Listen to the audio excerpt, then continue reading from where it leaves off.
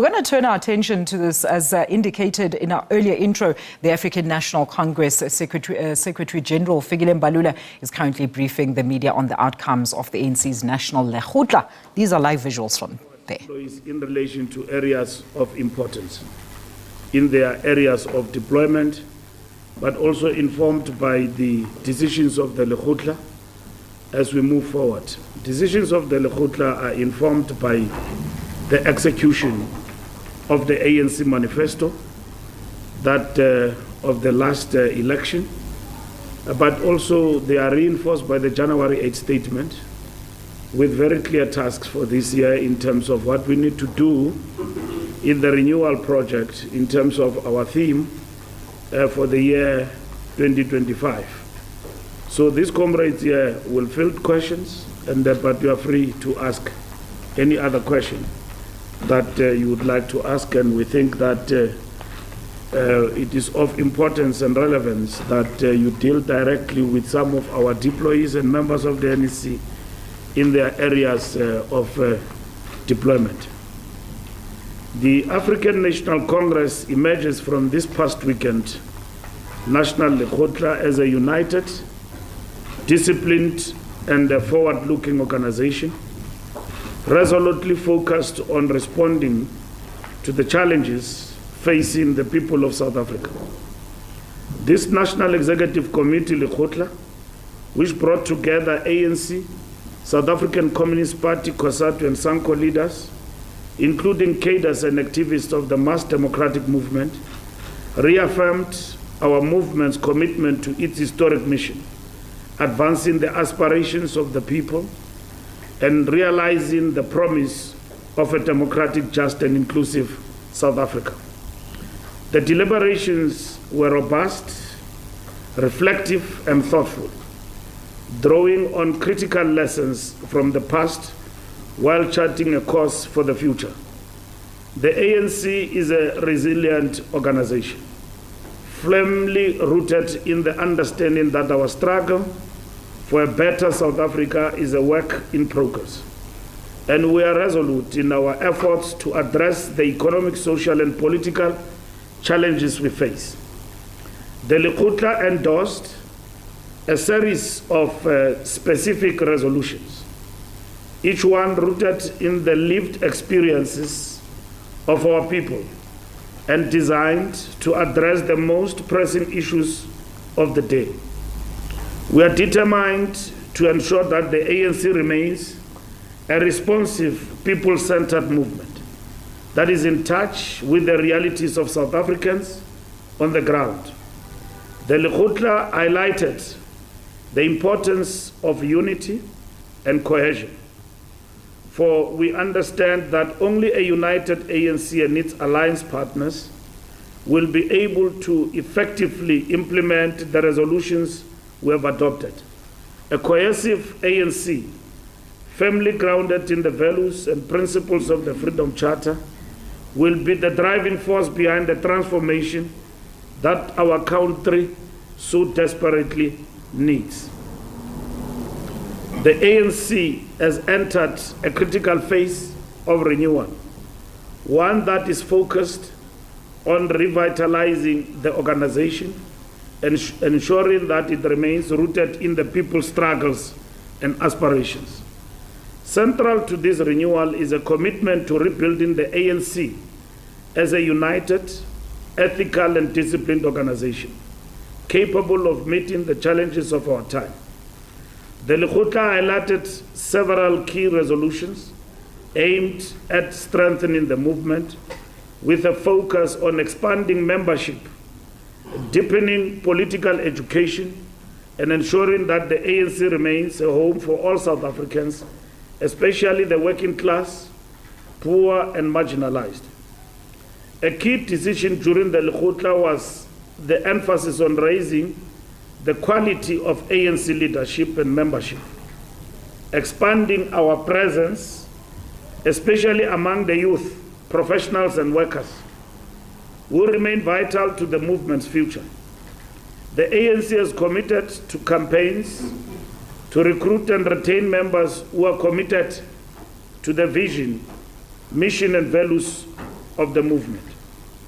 This will not only ensure that the ANC continues to have a broad base of support, but also that it remains a dynamic organization that can effectively respond to the changing needs and concerns of the people. The ANC will invest in campaigns that attract new members and provide platforms for dialogue, debate, and unity within the movement. Political education remains a central pillar of ANC renewal. The Lekgotla resolved to place renewed emphasis on the ongoing education and ideological development of all members. The ANC recognizes that a strong, ideologically grounded movement is essential for navigating the complexities of the modern political and social landscape. Therefore, the ANC will prioritize political education that engages with the contemporary issues affecting South Africans, including economic transformation, social justice, and governance. The ANC will also strengthen the development of cadres who are well versed in the ANC's history, principles, and mission, ensuring that all members are equipped to defend and advance the movement's goals. This commitment to ideological clarity will ensure that the ANC remains a relevant force for transformation in South African politics, unafraid to confront difficult questions and offer solutions that are in the best interest of the people. ANC renewal is about more than just expanding membership or engaging in political education. It is about creating an organization that is intellectually rigorous, accountable, and ready to confront the challenges of today with the same courage and vision that guided the movement's founders. Through these efforts, the ANC will continue to be the leader of society, advocating for the transformation of South Africa into a just, democratic, and prosperous society for all. With regard to commitment to energy security and infrastructure development, one of the key resolutions from this Lekgotla is the urgent need to accelerate energy security, starting with the stabilization of Eskom. We welcome the work achieved thus far to stabilize energy availability with over 300 days of uninterrupted supply of electricity. We once more thank the team of patriotic South Africans working at Eskom for their dedication in resolving this issue under the leadership of the Minister of Energy and Electricity. The ANC has committed to a bold plan to address the energy availability, including expediting the rollout of renewable energy as part of a just energy transition. Eskom's challenges are being resolved, and it will contribute to economic recovery, industrialization, and job creation. We welcome the work being done with local government and Eskom to resolve the challenges of debt and load reductions.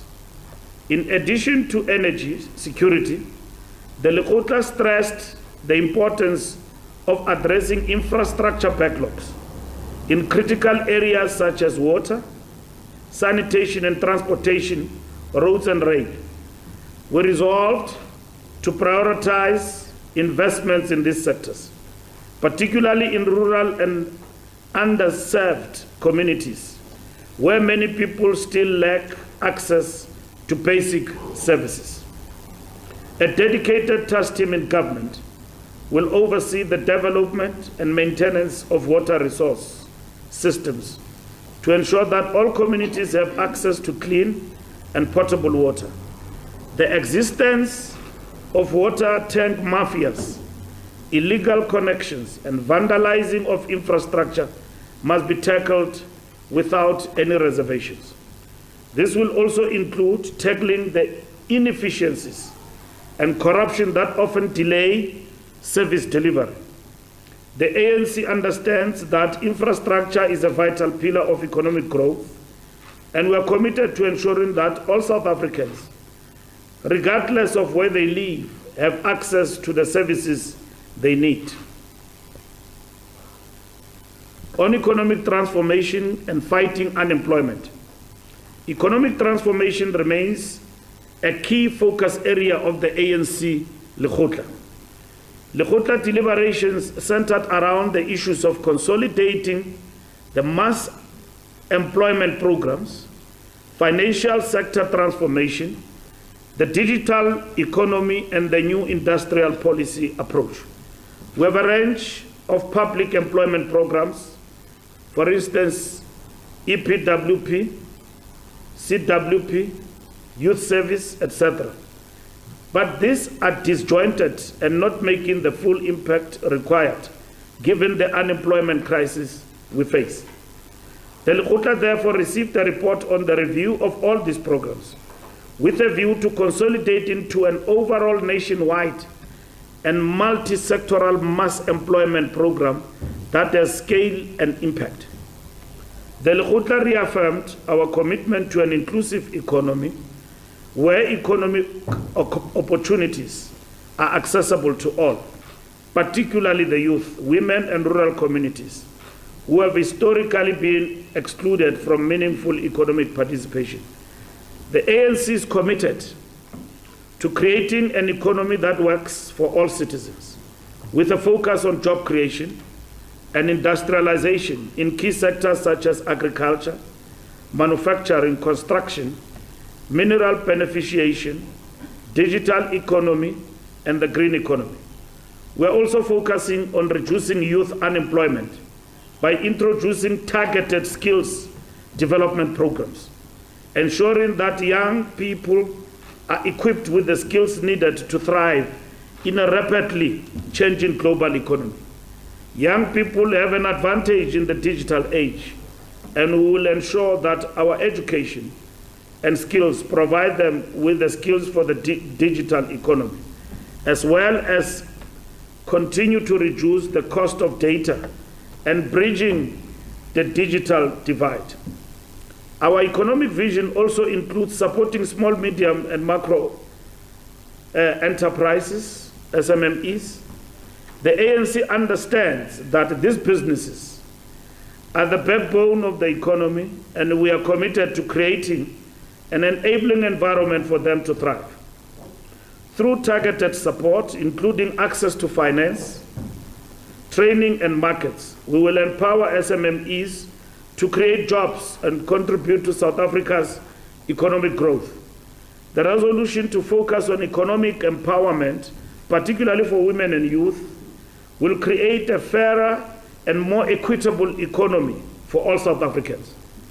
A number of laws to facilitate SME development, such as the National Small Enterprise Amendment Act and the Public Procurement Act, have been enacted. And there is a strengthened legal framework to advance SMMEs, cooperatives, and the township and village economy.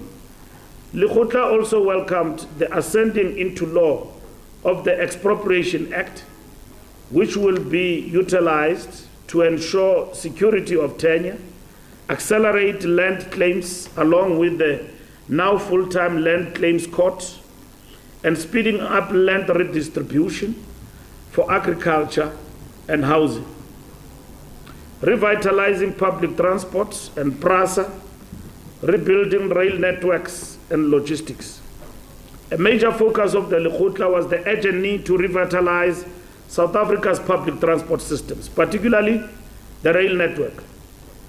The Passenger Rail Agency of South Africa, PRASA, is a key player in ensuring affordable, reliable, and efficient public transport, especially for working-class South Africans who rely on trains to get to work.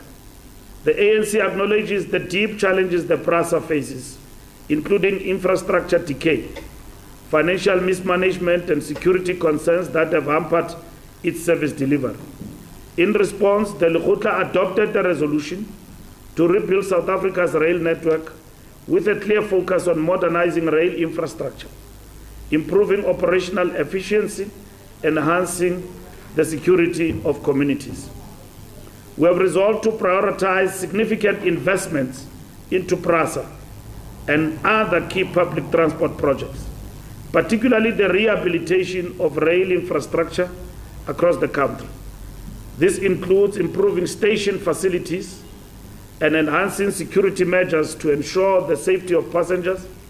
Furthermore, work must be done to engage with all relevant stakeholders to ensure that the rail network can integrate effectively into the broader logistics and transportation framework of South Africa, enhancing connectivity between rural and urban areas, improving the overall functioning of the economy.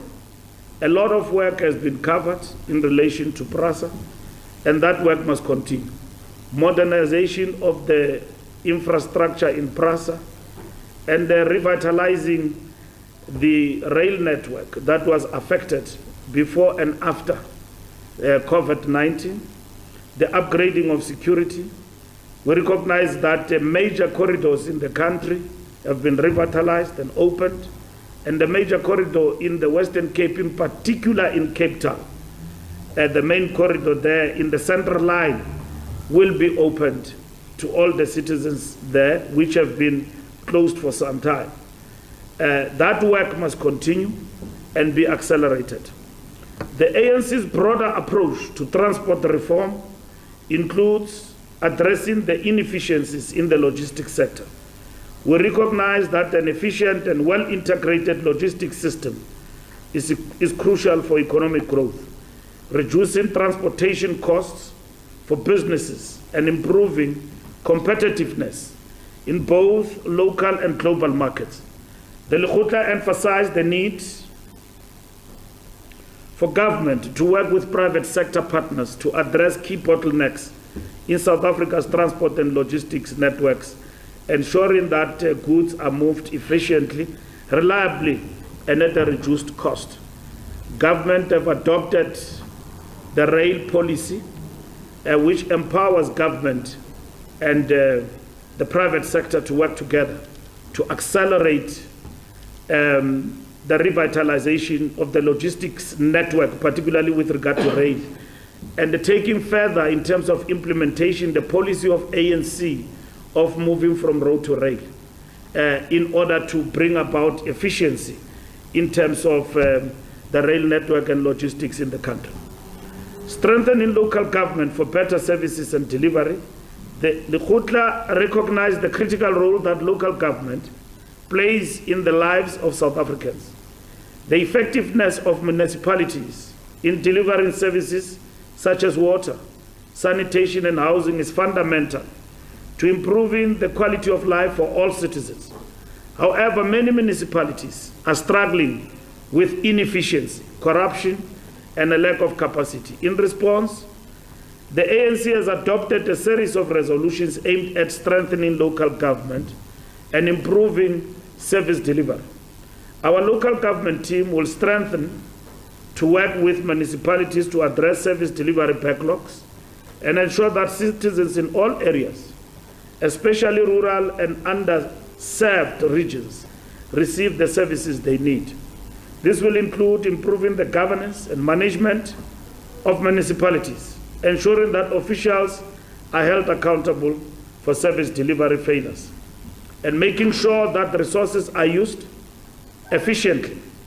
The ANC is committed to increasing the capacity of municipalities through the district development model to deliver quality services and ensuring that municipalities have the necessary resources, systems, and personnel in place to function effectively.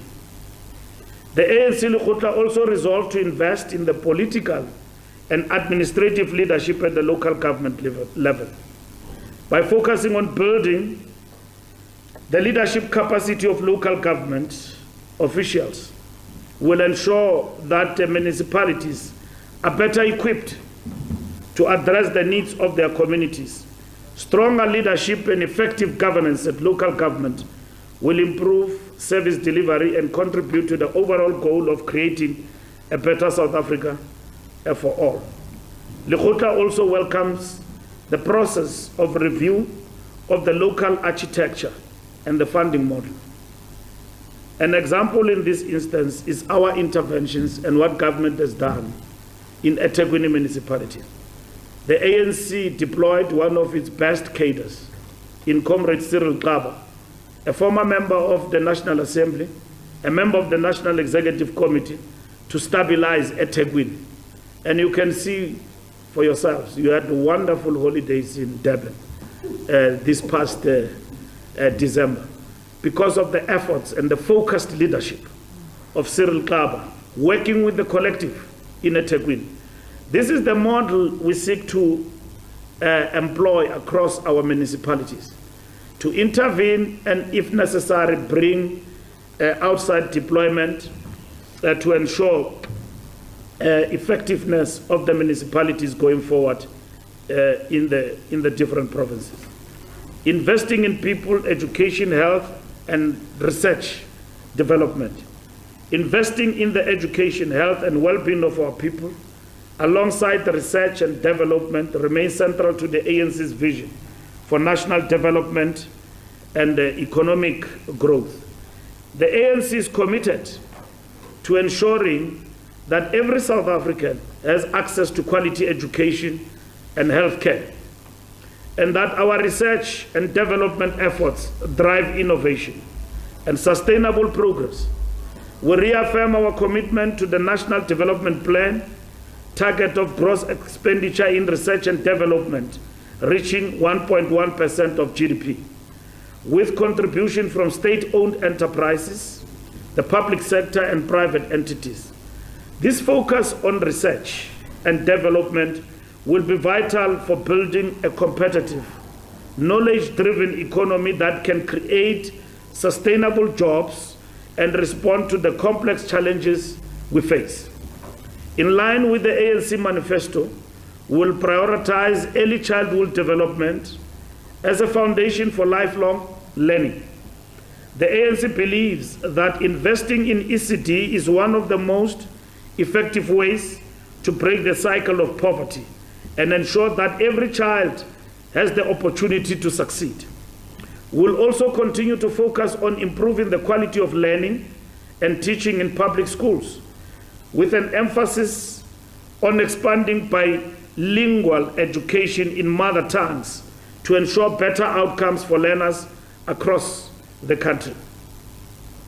Furthermore, the ANC remains dedicated to improving schools' infrastructure, especially in rural and under-resourced areas, to ensure that every student has access to a safe, conducive learning environment. These are fundamental building blocks for producing skilled, capable citizens who can contribute to the growth and prosperity of our nation. The post-school education and training sector will be a key driver of our human capital development agenda. The ANC is committed to expanding opportunities for post-school education as outlined in the latest National Skills Plan 2024. To this end, we will accelerate the expansion of technical and vocational education and training, TVET institutions, to meet the NDP target of 2.5 million places. We will ensure that the curriculum offerings at these institutions align with the needs of the economy, focusing on sectors that can drive growth, such as renewable energy, agriculture, and information technology. The ANC also acknowledges the need to address critical issues such as the National Student Financial Aid Scheme, NSFAS funding, the availability of student accommodation, and the challenge of graduate unemployment, particularly in the health sector. These issues will be tackled head-on to ensure that more young people, especially those who are disadvantaged from disadvantaged backgrounds, can access higher education and enter the workforce with the skills they need. With the skills they need that provides universal access to quality care for all South Africans. This year, we will focus on improving public health infrastructure, tackling HIV and TB, and addressing the challenges within the healthcare workforce. Of particular concern is the alarming increase in HIV infections among young people, particularly adolescent girls, and the troubling rise in teenage pregnancies. The ANC has resolved to prioritize education campaigns that promote safe sexual practices and health literacy, alongside providing better access to sexual and reproductive health services. We'll ensure that interventions are designed to empower young people to make informed choices, and will work with communities to combat the social and economic factors that contribute to these issues. The Basic Education Laws Amendment, BELA Act, which seeks to provide a more inclusive, fair and accountable system, was also highlighted during the Lekgotla as key tool for advancing educational transformation. The BELA Act aims to strengthen governance in schools, promote inclusivity for learners with disabilities, and ensure that every child's right to quality education is upheld. The ANC will continue to push for the full implementation of this act, ensuring that it achieves its intended outcomes. The ANC reaffirms that investment in people is the cornerstone of the nation's future and prosperity. By prioritizing quality education, accessible health care, and a robust research and development framework, we will build a society where every citizen can realize their full potential. Our commitment to these goals is unwavering, and we will work tirelessly to ensure that the youth, women, and all South Africans benefit from these transformative investments. The ANC extends its condolences to the families of the South African National Defence Force soldiers who tragically lost their lives in the Democratic Republic of Congo as part of the United Nations mission deployed in the Eastern DRC. These brave men and women paid the ultimate price in their service to peace and security on the African continent. The ANC salutes their courage, dedication, and sacrifice in the fight for peace and stability. Our thoughts and prayers are with their families during this difficult time, and we wish a swift recovery to those injured in the attack. As a nation, we stand together in support of the SANDF and the families who have lost loved ones in this incident. In line with the United Nations and the African Union resolutions and protocols on peacekeeping, we call on the United Nations Security Council to act on the attacks against UN peacekeepers and the violation of the fundamental principles of sovereignty and territorial integrity enshrined in the UN Charter. To this end, we have been made aware that the president of the country have been engaged with different presidents in the region to discuss, among others, ceasefire and also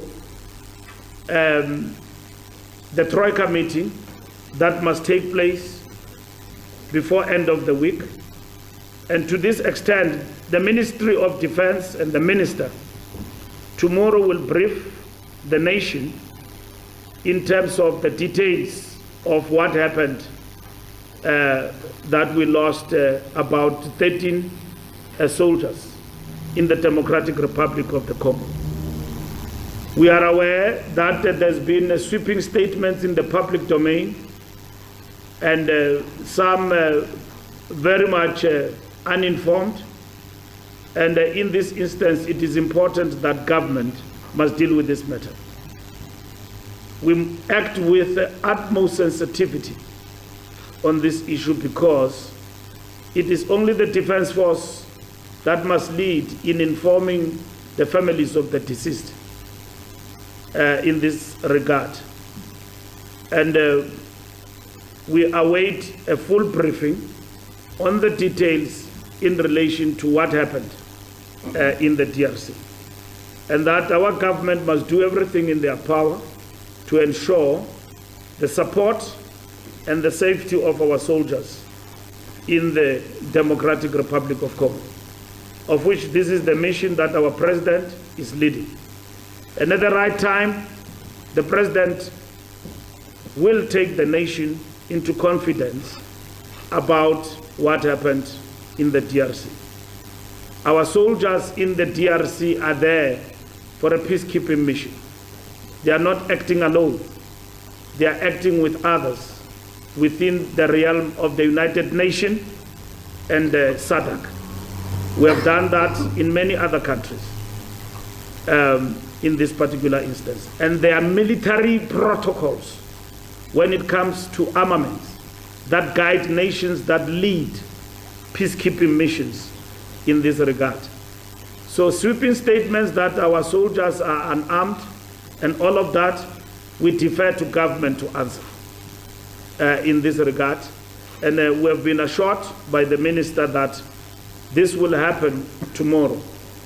The Minister of Defense will brief the nation, and I think for all the questions that you've got, they will be directed to the ministry and the high command of our military to clarify. Not just civilians who just make sweeping statements in the public domain without first being clarified from the horse's mouth about what is happening out there. So it's better to comment whilst being informed, not that people don't have information on their own right, given the era of technology and social media and all of that. But let's do that with the right people and be informed about what is happening out there. We are very much, as the ANC, also concerned about the situation and the safety of the peacekeepers as well as our soldiers in the DRC.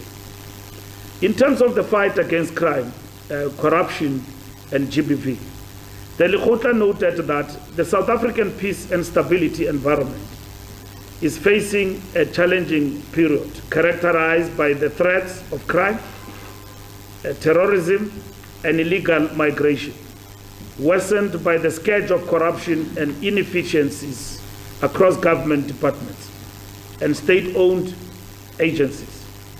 The scourge of gender-based violence and femicide continues to be persistent and stubborn in the South African landscape. We then resolved in terms of reform and integration and modernize the criminal justice system, that we need to capacitate all role players within criminal justice value chain through human resources and system integration. In terms of border management, we need to invest in technology and modernize border management work through introduction of biometric systems, including electronic traveler authorization. We need to secure the cyberspace and invest in the development of key legislative platforms, institutional establishment, and capacity building in partnership with private sector role players. In terms of increased safety in the communities, particularly for women and children, we need to robustly implement the integrated crime and violence prevention strategy across all communities and develop an accountability metrics across all clusters. In terms of combating priority offenses such as economic, commercial, and organized crime and corruption, we said we need to effectively synchronize investigative and prosecutorial efforts in addressing all priority offenses and ensure protection of whistleblowers. On international relations and solidarity, as South Africa continues to solidify its role as global leader, the ANC affirms its role and commitment to the country's G20 presidency. The G20 platform provides South Africa with an unparalleled opportunity to advocate for the interest of the global South, particularly in addressing issues such as climate change, sustainable development, and equitable global economic governance. South Africa will use its G20 presidency to advance initiatives that promote multilateralism, global cooperation, and inclusive economic growth, particularly in the areas of financing for development and poverty eradication. The ANC remains steadfast in its support for BRICS, which continues to be a critical pillar of South Africa's foreign policy. BRICS provides an important platform for emerging economies to reshape global governance systems in ways that reflect the realities of multipolar world. The ANC will continue to work within BRICS to promote a fairer global order where the voices of the global South are heard and respected. Our continued partnership with BRICS nations will be a driving force in advocating for the reform of international institutions like the United Nations Security Council and the International Monetary Fund, ensuring that these bodies better reflect the interests of developing nations. Looking ahead, the ANC will further engage in initiatives that strengthen South Africa's role in international affairs. This includes hosting the Liberation Movement Summit in 2025 and commemorating the 70th anniversary of the Bandung Conference. We remain committed to advancing South-to-South cooperation, strengthening Africa's presence on the global stage, and building alliances that support peace, prosperity, and shared development. South Africa's strategic positioning within the G20 and BRICS will play a crucial role in shaping the future of global politics and economics. On the battle of ideas, ensuring transformation agenda for all South Africans.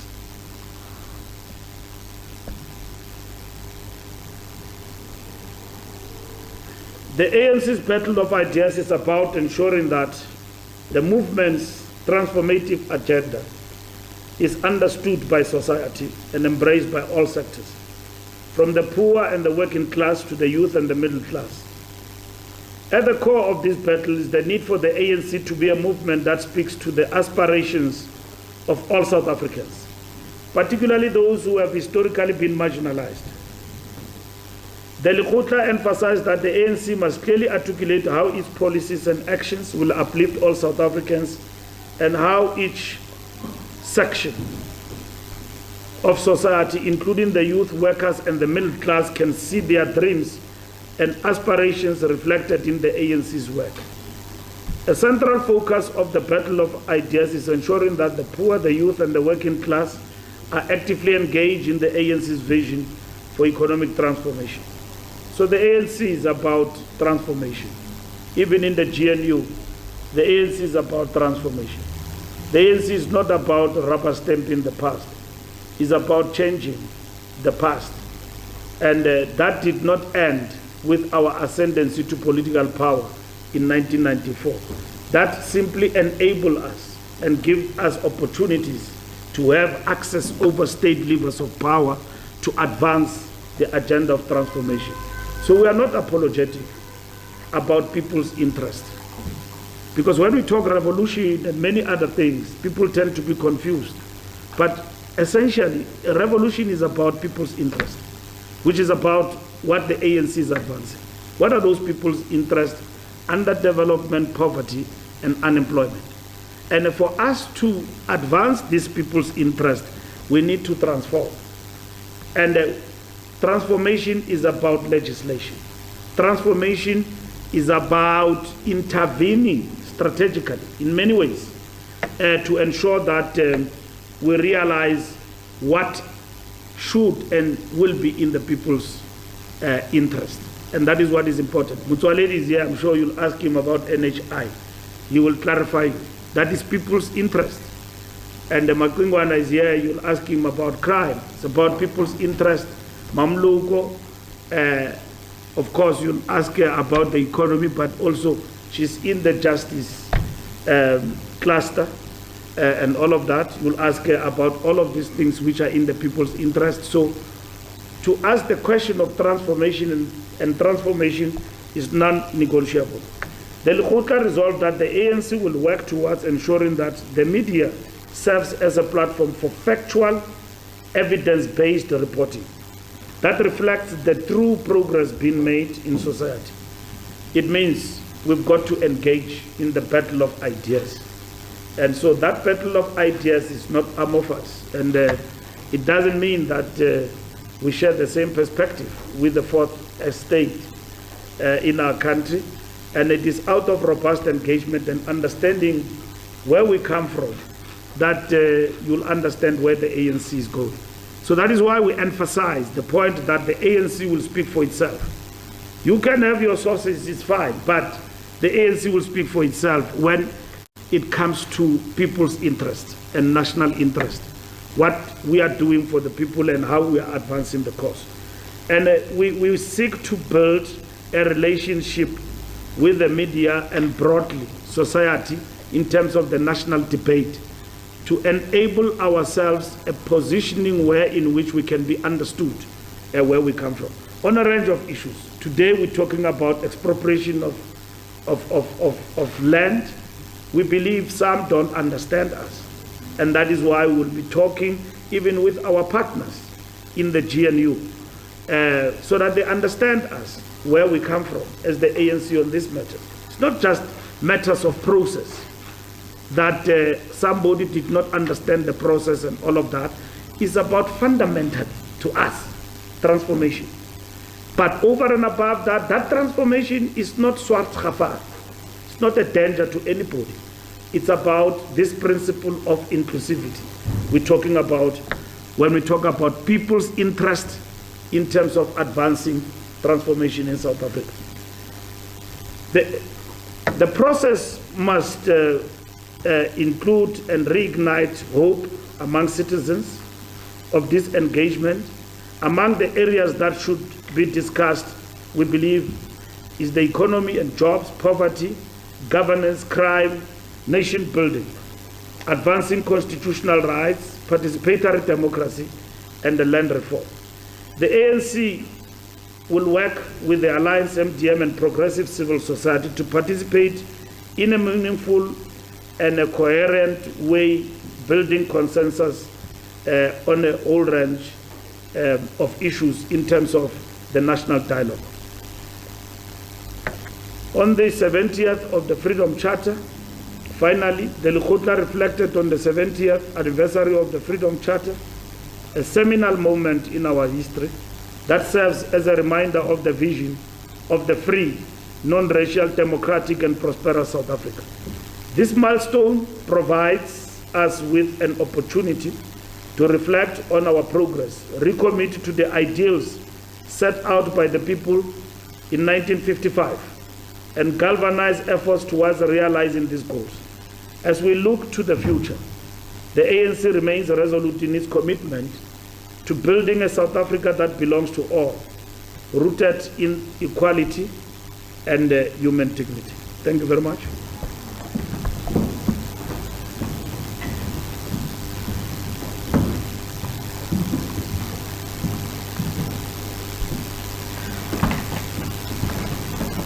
Thank you very much, Secretary General. At this point, I will turn to you, colleagues, for questions. Okay, I'm going to start this side. I see Zianda, followed by Sunday World, and followed by SABC. As well as yourself, my sister. Let me take those 4 hands as part of the first round. Thank you very much. It's Zianda from Regional Africa. Thank you very much to the Secretary General for confirming the briefing by the Defense Minister tomorrow. But I want to find out from the ANC, whether or not you're satisfied with how long it's taken your deployees and the government to actually take the nation into its confidence, given the fact that you yourself have acknowledged that in that absence there's a lot of miscommunication and a false understanding of the real situation. It's quite a dire situation at hand. And then today, the DA held a briefing, especially, they've expressed their dissatisfaction with how the ANC has handled the assenting of the Expropriation Act into law. And they've basically made another threat to say that, you know, it's not impossible for them to leave the GNU. So how much can you really afford to have the DA leaving the GNU from the perspective of being able to pass budgets, for an example? Thank you. Sunday Well. Thanks. My name is Mbalula from the Sunday World. It's very hot, yes. I said, and anyway, I like also the time by the premier. It's nice since he became principal, he dresses up like the real principal. Not just a joke. Ice breaking. Well received. As you know, with regards to the situation in the Eastern DRC, I know about peacekeeping machine, blah, blah, blah. What interests of ours as South Africa are our soldiers representing there? Just leave the peacekeeping, but interests that are of South Africans, me and the 62 million others. And then with regards to the issues of sending the especially to municipalities, is relevant because the next big battle is the local government elections. You made an example about the mayor of Italy and the Senate Club. Is that likely to expand? We were like to see companies like Zuma was being sent to Mandela local municipality to be a mayor there as well. Just making an example about so, but I think you get the gist of my point. Is that what we're likely to see? Where now is no longer a case where if you're an ANC member, your best shot is being a minister. I would like to see it transcending into as the lowest municipalities. And then, and then the other thing is that I noted with concern from the statement, in fact, generally in the ANC lexicon these days after this meeting, you barely speak about SOEs in the broader scheme of things.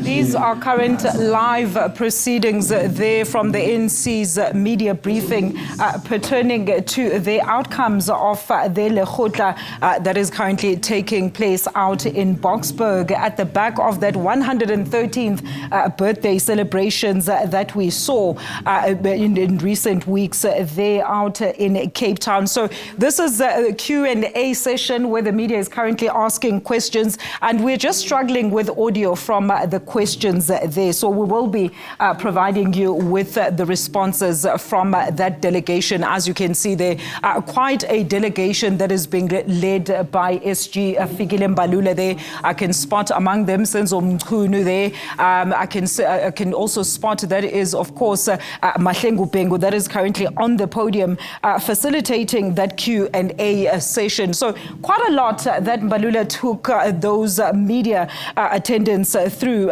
during this particular briefing. Issues of course, job creation and, of course, the renewal that is touted to take place among the ANC. Let's try and listen into some of the responses.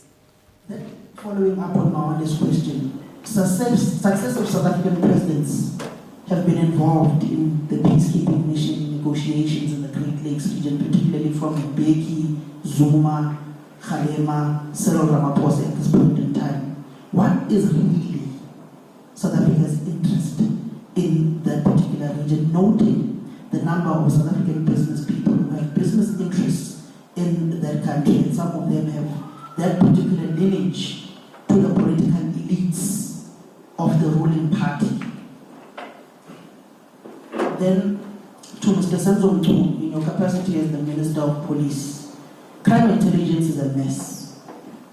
You issued out a letter holding and freezing all posts within crime intelligence.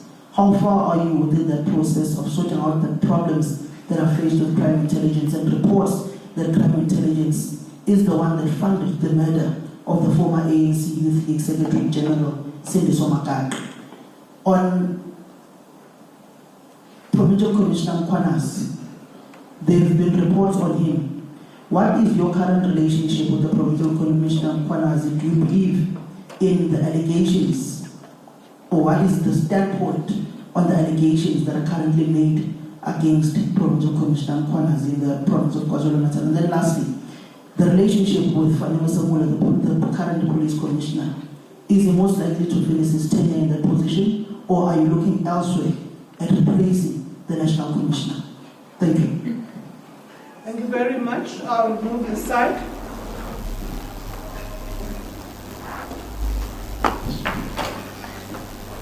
All right, of course, those are questions that are being posed to the ANC's Lekgotla panel there.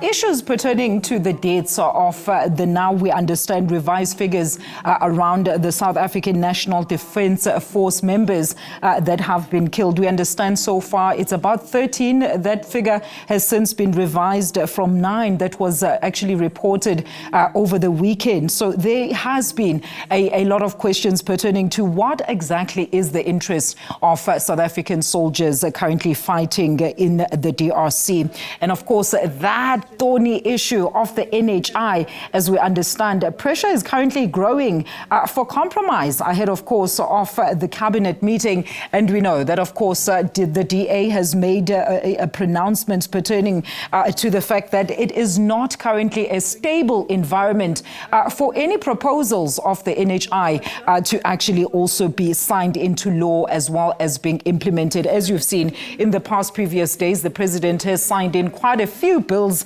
into law, shaking some feathers here and there, particularly when it comes to the expropriation bill, which we understand has now since been touted to be taken under legal review by various political parties. And also we know that the DA has been asking for a total reset of their current arrangement within the government of national unity with the ANC. So a lot, of course, expected from the ANC to answer pertaining to some of these key and critical questions. Let's continue listening in. Questions along those lines, and including our deployment approach. Comrade Dixon Masimula, if you could take that particular question. And then there is a matter of the Expropriation Act. Any of the two, Comrade Phoebe or David, could attend to that. Related to the narrative that is being advanced by the Democratic Alliance. And then there's the question about SOEs. The chair of the ETC would respond to that. And then the SABC question on our view regarding Rwanda. I think it falls into the same basket, Comrade Kinsanin. About our view on Rwanda in relation to the comments made by our ambassador. Similarly, what are the South African interests in that region, in the Great Lakes? And last but not least, Comrade Senzo will then deal with all matters related to crime. And there's AIDS mutuality. Oh yes. Impact Trump. on the 90 days. Yes, in terms of the PEFA and all of the implications on the aid on stance that has been taken by the U.S. administration. Comrade Motsoaledi will do that. He will be the last person. The SG will then comment after that.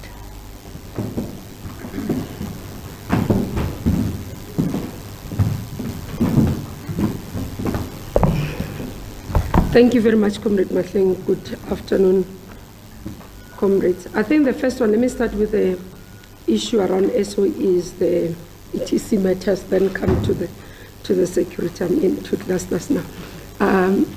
The first one around the SOEs, we haven't stopped talking about SOEs, and there's no decision by the NC to privatize any of our SOEs.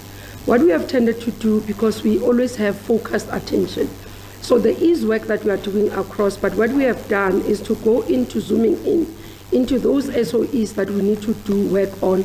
Like we've done previously, we've identified a problem in terms of electricity, then we'll look at the institutions around electricity. So Lekgotla was avoiding to be everywhere and having every resolution. So conference resolution stands.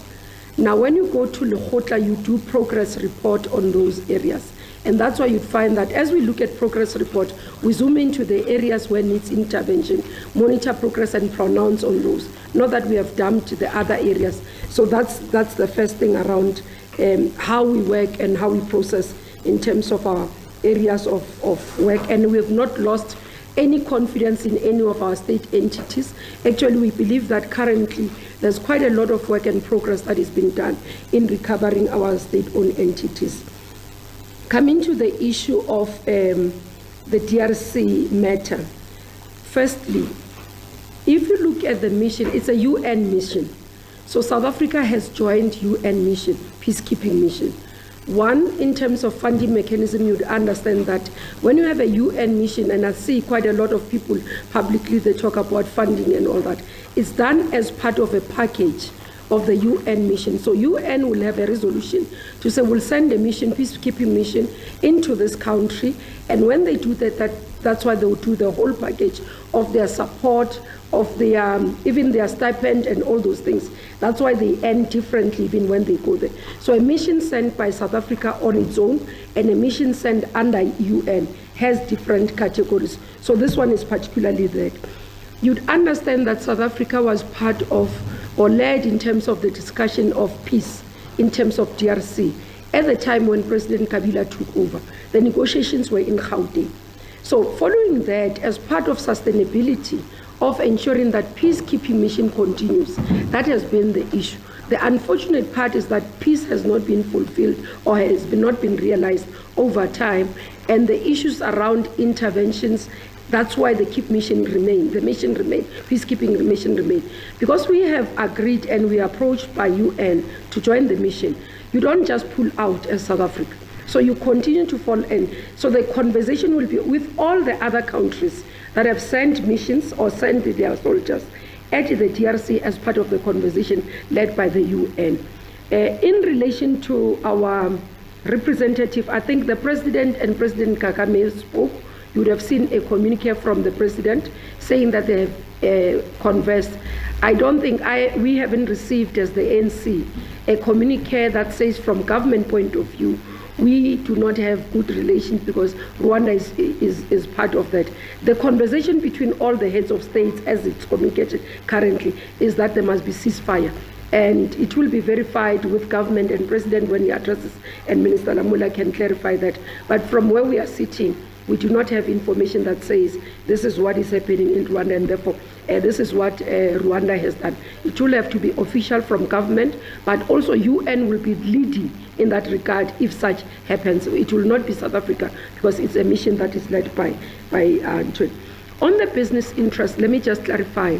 One of the issues that we do, you'd understand that we go to all countries and participate in trade. And that's why South Africa and the entire continent had agreed on African free trade.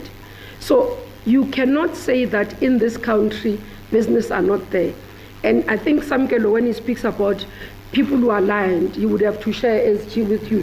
Who are those? Our understanding as the ANC is that when we go to, for example, state visits, when we go to business engagements with countries, we go there on the basis of opening opportunities for South African business into those countries. And it's for everybody. So the business delegation, and it's not only on the continent, it's even in Asia. As we went to China with the TICAD, we would have taken business and business engagements there with business companies, South African companies going to China to look for business opportunities. Similarly, when other countries come to the continent and come to us, they will come with their business people and companies to look for opportunities. So where we are sitting as ANC, our understanding is that those who are doing business in DRC are doing it like any other country in terms of business opportunities. Thank you.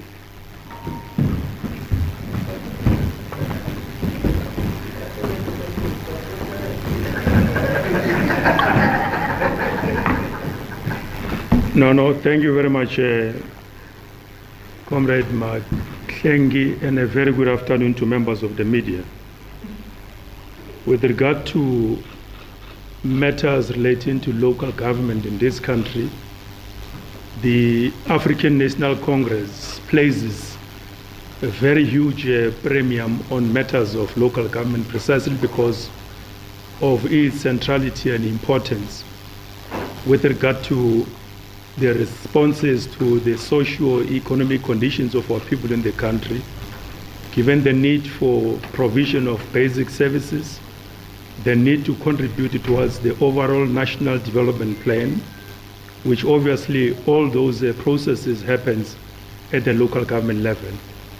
It becomes extremely important for the ANC, and hence the Lekgotla took a very firm posture, appreciating the position and the role of the ANC in this sphere of government, what I could call in the theater of local government, with regard to matters of policy, matters of legislation, the role that the ANC plays and play in society, and generally the extent to which it will have to work very closely with many social formations for social progress. The African National Congress believes very strongly that for us to attain social capital, the extent to which that would have to characterize social progress, but most importantly, how we change the living conditions of our people. We believe that capable and as well as experienced cadres of the movement who would appreciate the centrality of organizing continuously a broad fronts at the municipal level, a fronts that will basically look at both formal and as well as non-budget resource mobilization for actual intensification of the work to be done at the local government level. These processes requires the ANC that is very much renewed in its approach and appreciation of the role of municipal government.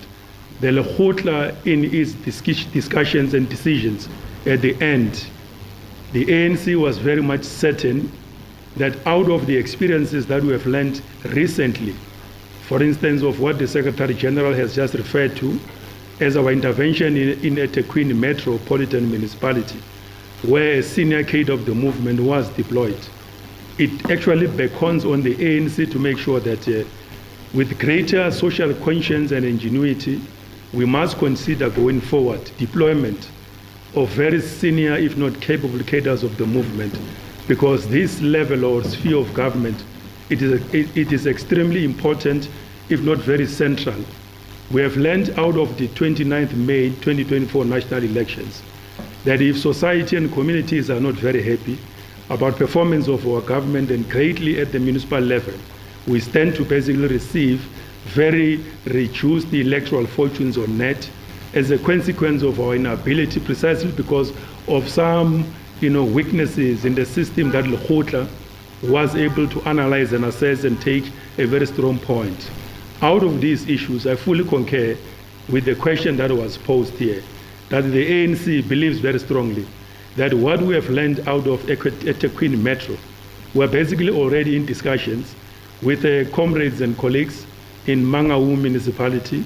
We've already had discussions and very clear attention to Nelson Mandela Bay Metro, and of course other metropolitan municipalities. We've already agreed with the President that early March we'll be here in Johannesburg to interact with the provincial government, including the city of Johannesburg. Thereafter, we'll engage with the city of Tshwane. Understandably, the firm view that we have taken is that all our metros, including secondary cities in this country, including the extended to some districts which constitute very serious economic characteristics of economic development and therefore injection going into the future. All those areas remains and continues to be engines of our economic development, and therefore the state and the conditions of our municipalities and the extent to which the political systems, the political leadership that will have to reinforce the administrative capacities but largely bring closer active civil participation of our communities remains uppermost in the work of the African National Congress. So oppose this Lekgotla, as we'll be going into cabinet, as deployees of the ANC, understandably, we'll have to make sure that through robust engagement and discussions, we find the ways and means on how this renewed vigor and thinking, like I said, with greater social conscience, which obviously even other parties that are part of the Government of National Unity would appreciate and understand the need for a very effective, if not efficient, local government system, because that in itself will make the citizens of this country much happy. As I conclude, these matters necessitated the ANC's different approach in terms of discussions and posture, precisely because half of the population in this country resides in 17 municipalities. You can imagine if we can be in a better position to impact those municipalities greatly on matters of leadership, on matters of governance, stabilization of our politics, the business enterprise, how we're going to be undertaking provision of services. Almost overnight, half of the population will be very much certain and happy about the conditions under which they find themselves in. And therefore, the ANC remains unapologetic in its renewed vigor and approach on how do we position leadership, because leadership plays a very important role.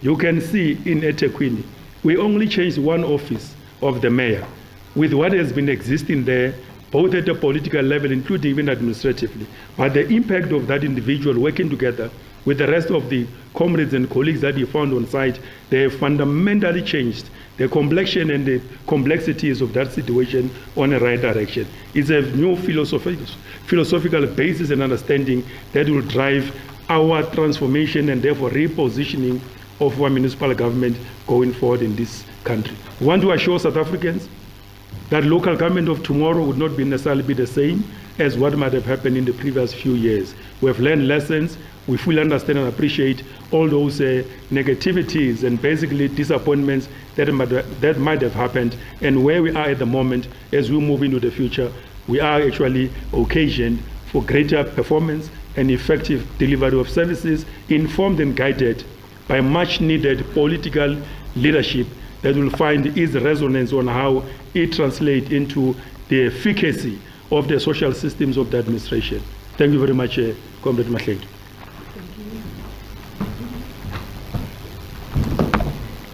Thank you very much and good afternoon. On the question about the Expropriation Act and the possibility of the DA leaving the Government of National Unity, I mean, the Expropriation Act was passed by Parliament before the elections during the 6th administration. The President had to go, as with all laws, through the process of looking at the constitutionality of the Expropriation Act. It was found to be constitutional and the President signed it. And that's the case with a number of other pieces of legislation that were passed by Parliament before, but just had to be signed by the President. One of the issues about the statement of intent that forms the foundation of the Government of National Unity is its foundational principles. And one of the foundational principles is the rule of law, that we must respect the Constitution and we must respect the rule of law. The President can't, after Parliament pass a law, unless it's unconstitutional, can't then say that he's not going to sign the law or that he's going to negotiate about different aspects of it because somebody feels that they're not happy with it. It's been passed by Parliament, and this is the approach that's been followed. Like with the Bella Act, there's a lot of disinformation that's going around the Expropriation Act, and I think that as the media, we should, together with government and political parties, educate people about what the Expropriation Act is about. It's mainly aimed at looking at how do we accelerate land reform, and we know that there are 3 aspects of land reform: land tenure, land claims, and then land redistribution. We tried to amend Section 25 as per our conference resolution. We didn't manage to get a 2/3 to do that, and the Expropriation Act is therefore the next step to be able to ensure that we accelerate these 3 parts of land reform. There was an Expropriation Act of 1975. In addition to what they had in 1913 and 1936 and the Group Areas Act, to be able to remove people from their land. The Expropriation Act is to provide the legal framework of how government can ensure that it address issues of land tenure better, learning from the experience of the last 30 years, but also look at how do we free up land for housing, how do we free up land for agriculture, particularly small-scale agriculture, and in a real sense address the historical injustice which our constitution enables us to do, and in fact see it as part of the foundation. This thing about leaving the government of national unity is a bit like, what is it, the little boy crying wolf. And I think that by the time that you really implement and there's really a wolf, you may find that nobody is listening because you've cried wolf so many times. That's all I'll say about that. A general point about South African peacekeeping, if you can recall in 1994, the approach that we followed towards the African continent and the African agenda and peacekeeping in the continent was that the continent for a very long time have been focused on the struggle against apartheid in South Africa and Namibia. We were the last to get free in 1994, which means that with the apartheid issue resolved, it provided an opportunity to look at the serious conflicts that were going on there in the continent at the time. If you can remember Sudan, that was one of the early issues that South Africa got involved in. But over the 30 years, we've been involved in Burundi. After President Nyerere from Tanzania asked President Mandela to take over from him, we were part of the Burundi peace process.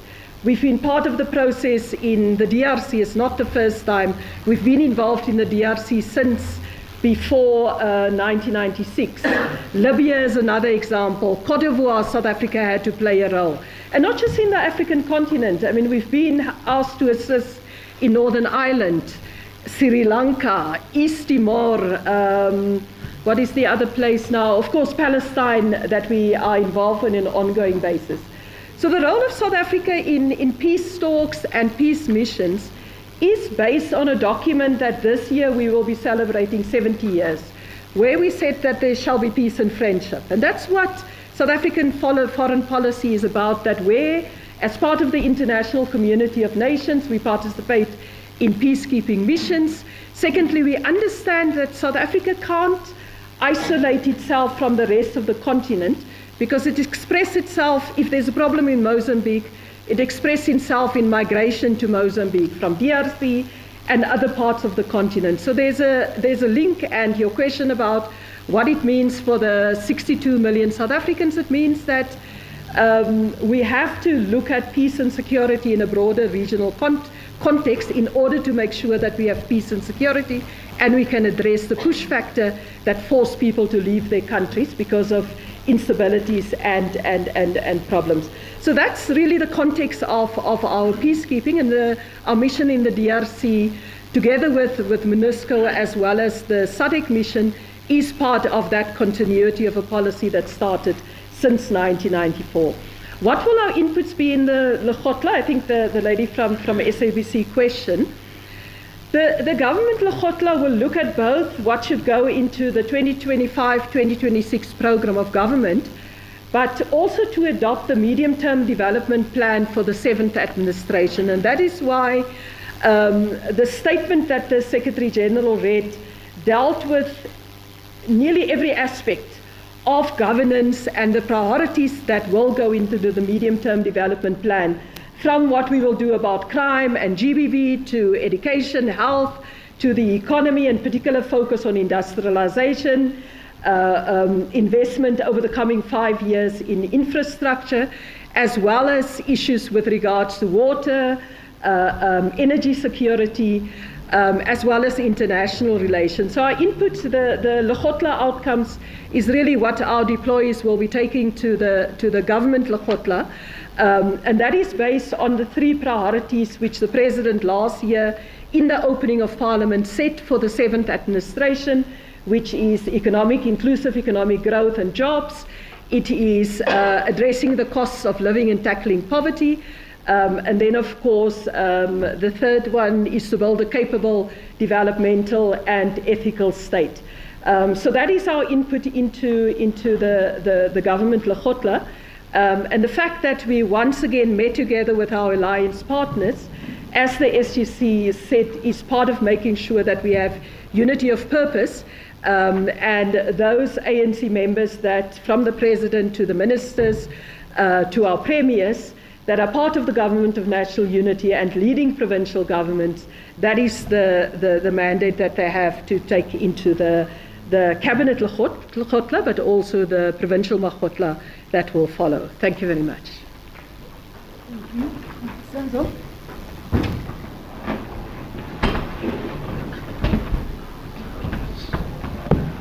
Thank you very much, Comrade Mahlengi, and to everybody here and the SG. Number one, on crime intelligence,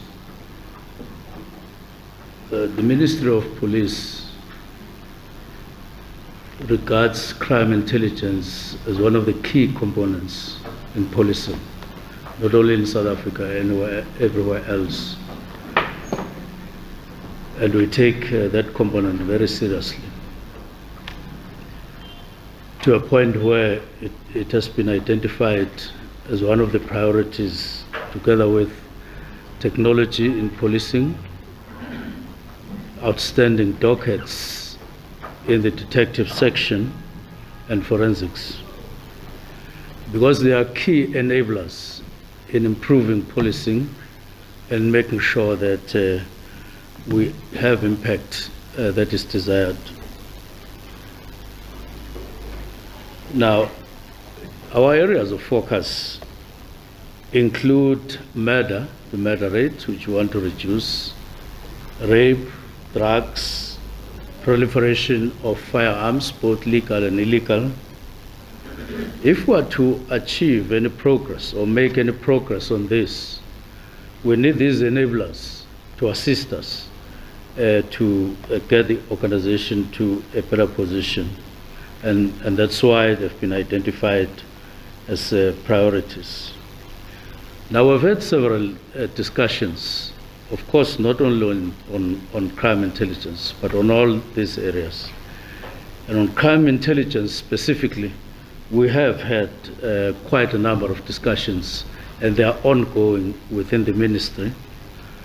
And these discussions that we are having on an ongoing basis, but also with the National Commissioner, are time-bound. In other words, we are not holding them forever and ever. They are time-bound, and at some point, at a time when we are ready, we will give clear directions in terms of what is necessary so that there are changes, so that there are improvements, and also including how crime intelligence needs to be positioned such that through it we get the objectives that it exists for. So we're looking at the matter and we regard it as seriously. Do we have concerns? Yes, we have concerns. There are a number of areas that have been identified for that in our discussions, and these are ongoing, as I've said. PC, KZN, well, we're aware of allegations against the PC of KZN that are circulating in social media.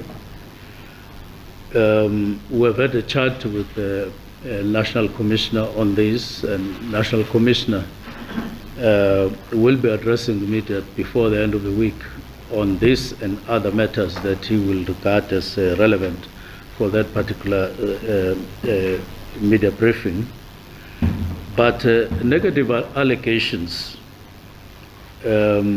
against someone that come in that particular form when you're not in a position to defend yourself other than coming after and reacting after, especially if they are serious, and especially if they are sent to somebody very high in the police echelons, being provincial commissioner, are unfortunate.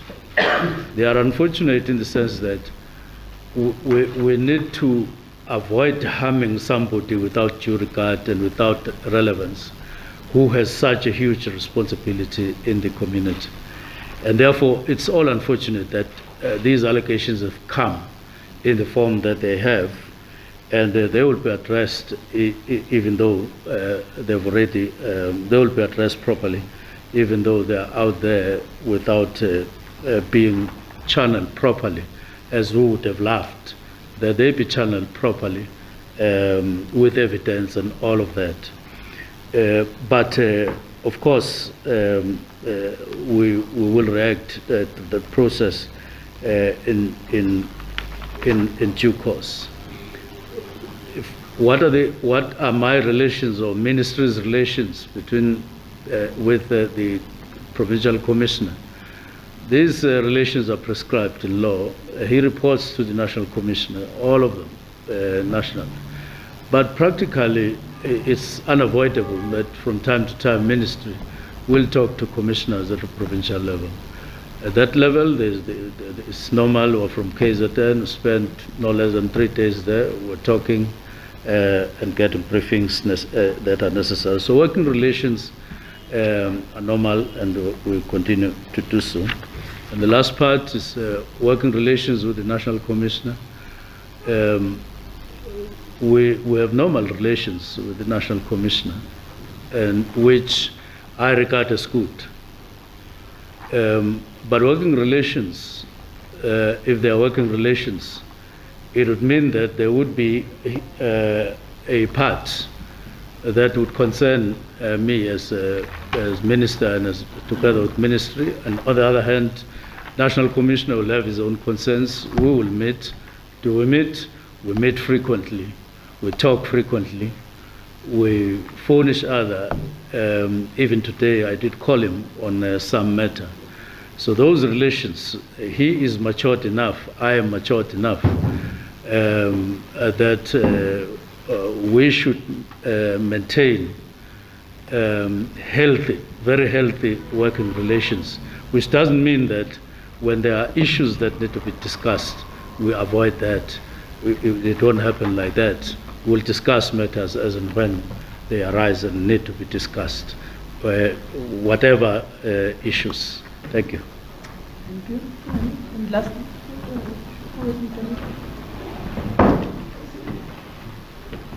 National Commissioner somewhere.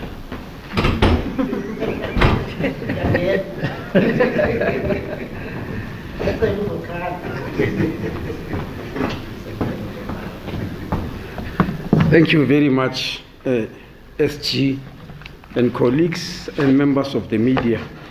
Yes, indeed, the world is baffled about what has happened, about the announcements.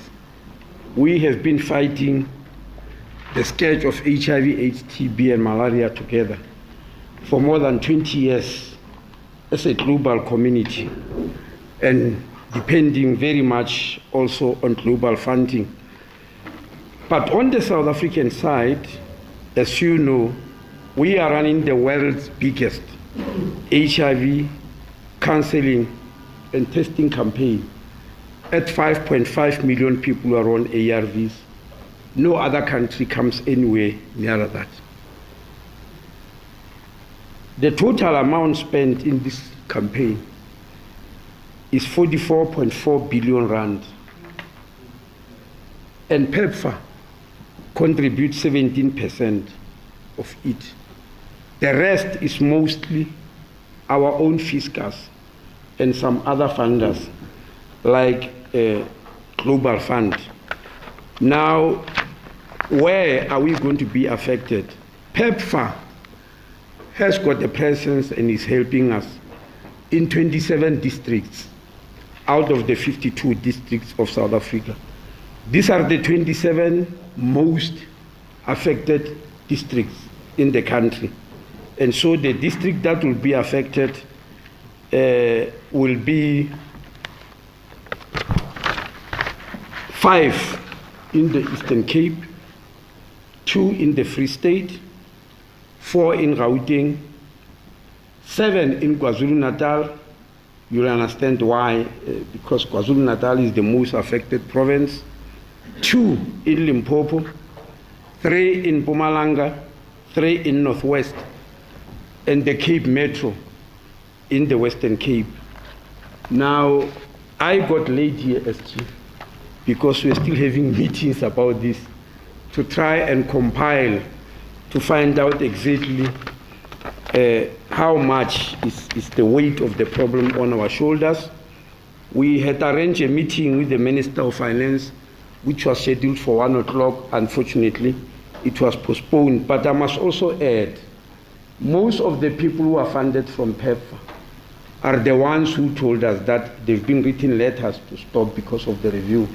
We as a government, whether DERCO, we checked with them, or health, or treasury, where the monies go, we have not as yet received any letter whatsoever. We hear from the clinics, especially vets, where most of the clinics are run under vets. So that's where we are. We will compile and finalize the matter. We'll meet with treasury. So the information I'm giving you is a stopgap information in the meantime. Thank you very much.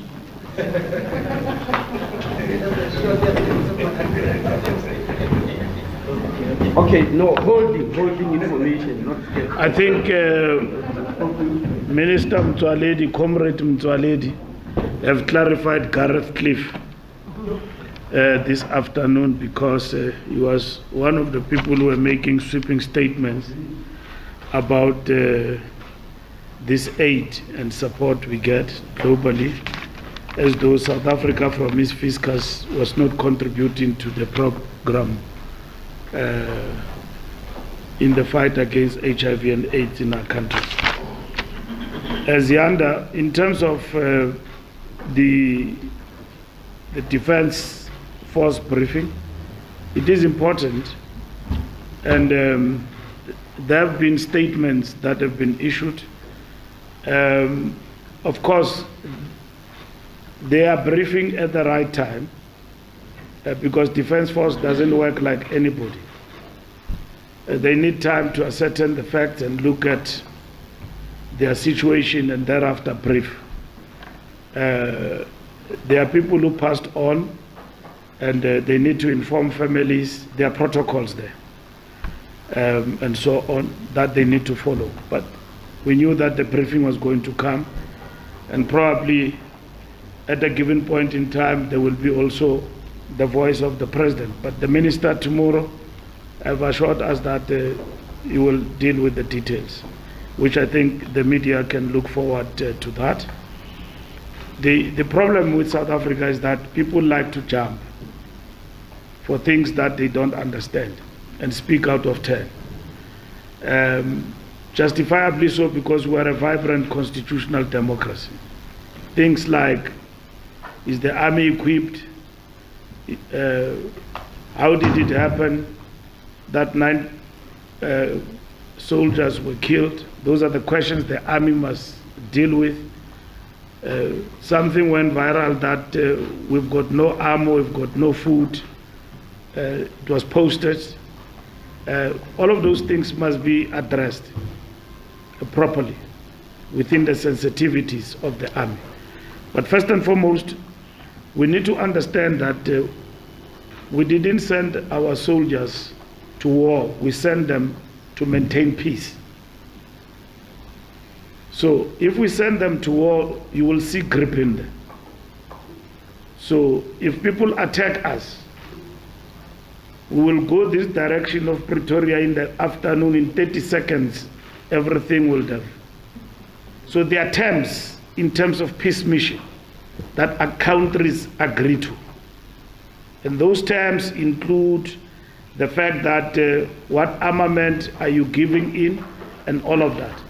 And so that those are the things that need to be looked at in relation to the peace mission. So countries are guided in this regard about that.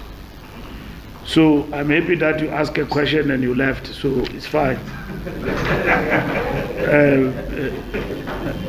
But I'm available, I can tell you that, so that we can clarify you later. Maybe you are chasing a story, that's fine. But nonetheless, just to finalize the point, is that there are protocols that govern peacekeeping missions and countries in terms of their contribution. South Africa didn't go to Eastern DRC to fight a war. They went there as a peacekeeping mission. And we'll talk about that.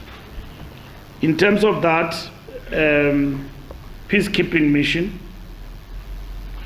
the deployment was guided by SADC, Southern African Mission, in the DRC, in accordance with the principle of collective self-defense and collective action outlined in the SADC Mutual Defense Pact of 2003.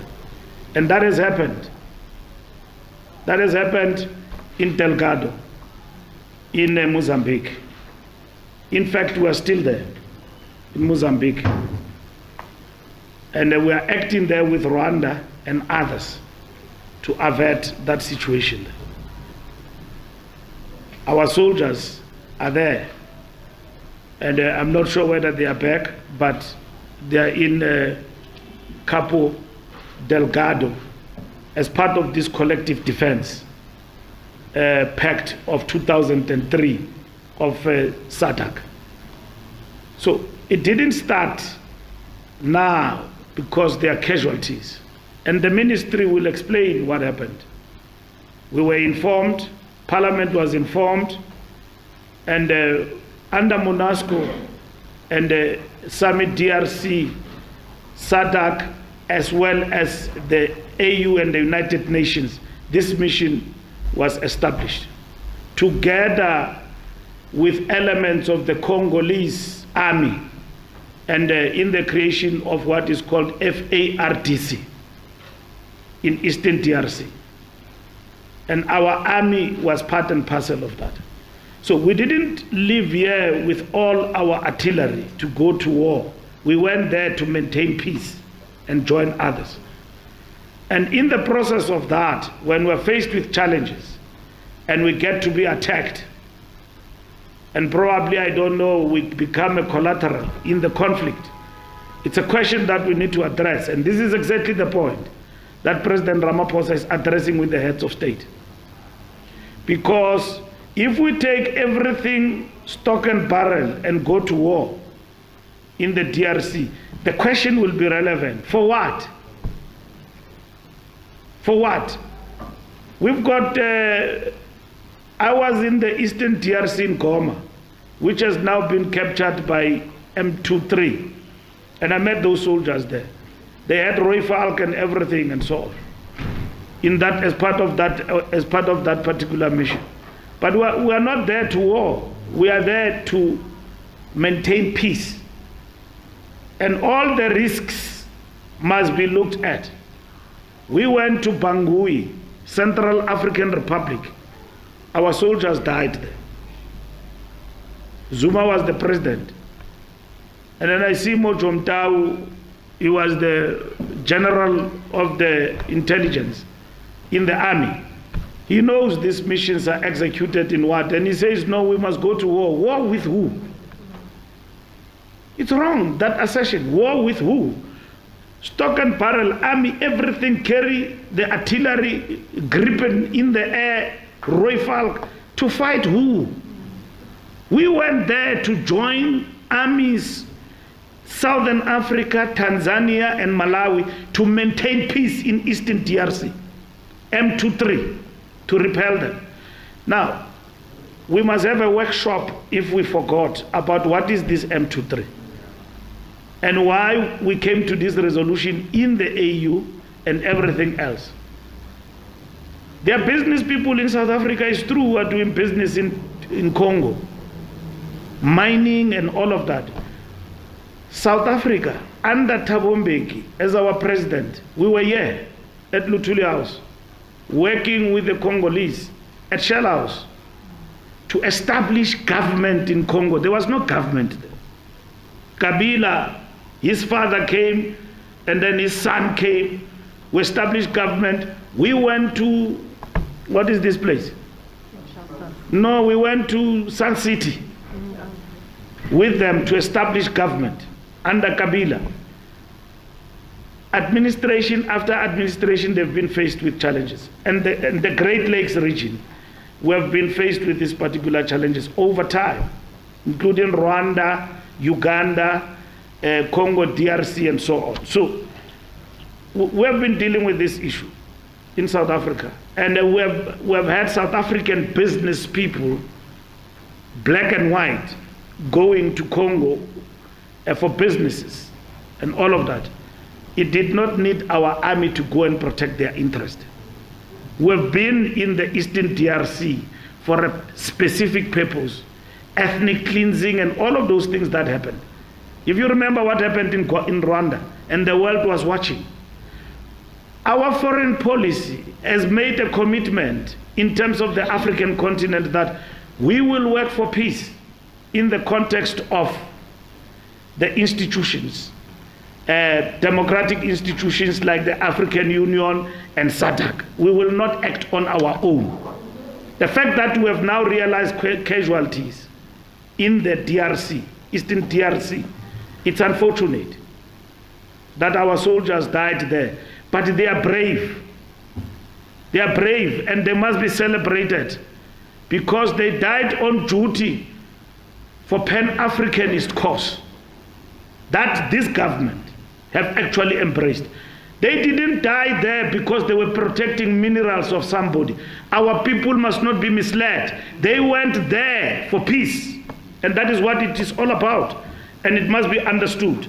So we have taken this decision. All right, we're going to come out of those live proceedings there where the ANC was holding and a media briefing there at its National Lekgotla, which ends today with a special focus on, of course, the medium-term development plan on the 7th administration. And, of course, the forum will then review the progress of the 2024 manifesto.